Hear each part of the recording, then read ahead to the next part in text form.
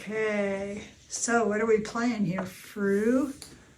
This is the Voodoo Dogs of Bisbee, Arizona. Ooh. Well, I've been traveling on that big highway where the rules of the road are the ones that you have to use to play. I've seen the sun go down in fire, o'er many a house and steeple spire, and underneath the rising moon, my star-struck fiddle has sung more tunes than all the fancy violins in Cremona. But of all the late-night firelight stories that I've heard spoke, and of all the campfire singer songs gone up in smoke, of all the lies from the tale-tellers' tongues, the threadbare ballads that they sung, there's one that made my blood run cold, and even now it haunts my soul. The Voodoo Dogs of Bisbee, Arizona.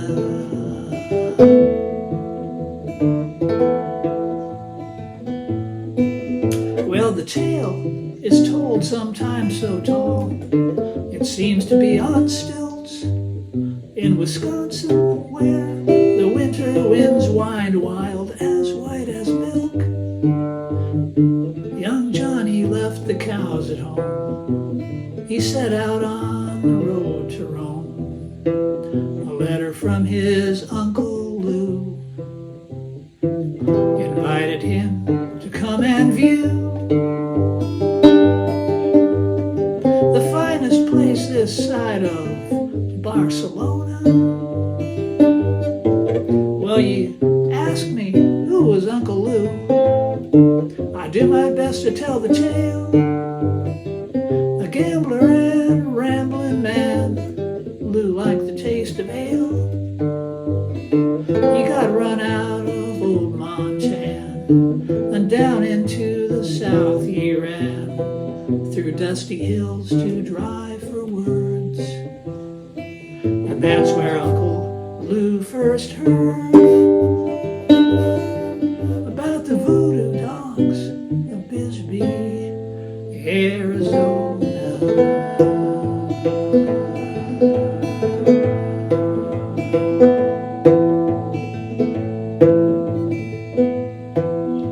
Now Tombstone was a boom town where they mined that shining ore, and with a lust for precious dust, men went there by the score. The air was bad down in those holes where thousands dug away their souls, but Uncle Lou stayed up above,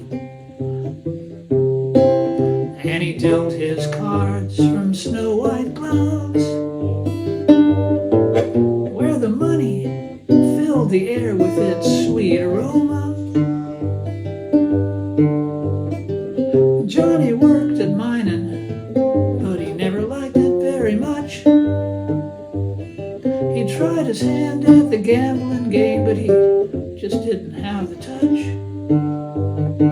He got a job in a nearby town, up in the mountains, burnt and brown, in a copper shaft they called the Queen, where half-mad miners said they'd seen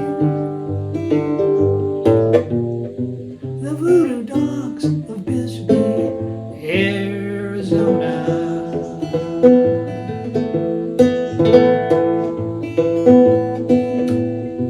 The Queen was dug with sweat and blood way down in endless night. The rocks and tools were hauled by mules who never saw the light. A mule gone blind down in the Queen might reach the age of 17 and know no life not less or more than hauling of that copper ore,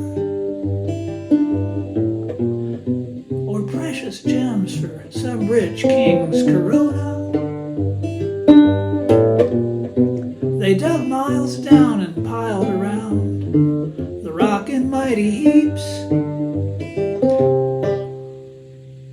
But in the end, some will contend they dug the queen too deep. Down in the darkness of that pit, no air to keep the candles lit there. Something happened, it's been said. There's something woke up from the dead.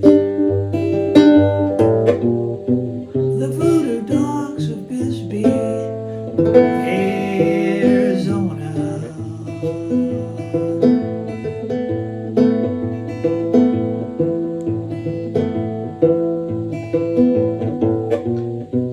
Johnny quit his mining job and he stayed with Uncle Lou. The days got strange and stranger, the reasons no one knew. Wyatt Earp and all them guys, they were shooting out each other's eyes. Those copper crazy cowboy fools, as blind as some old Queen Mine mules. They were putting everybody into comas. Then something strange blew over the range one dirty deep fried day, and Wyatt Earp told Uncle Lou he'd better get away.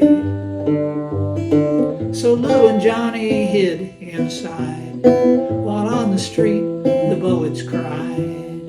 Throughout the town as hot as hell, there ran a cold familiar smell.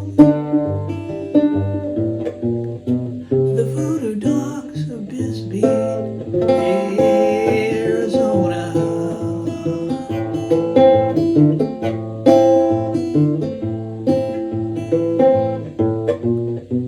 When all was done and the smoking guns had stopped their rabid roar, Uncle Lou and Johnny stood and looked out of the door. Whatever craze had caught those men, they'd never have to fight again. But what makes people act that way? No one knew then or knows today. Not even all the psychics in Sedona. Well, Johnny left and he headed west, but Lou just disappeared. And still today, the old folks say that when the weather's weird,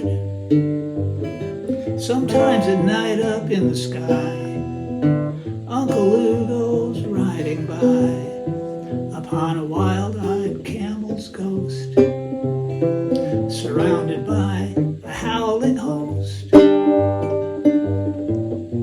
The voodoo dogs of Bisbee, Arizona.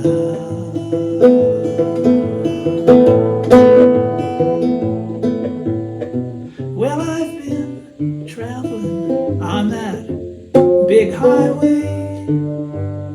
I've done my roaming and I've come home, at least a while to stay. My star-strung fiddle is still in tune. I've sung my songs beneath the moon, but now I fear it's getting late. I hear them scratching at the gate. The voodoo dogs of Bisbee, Arizona.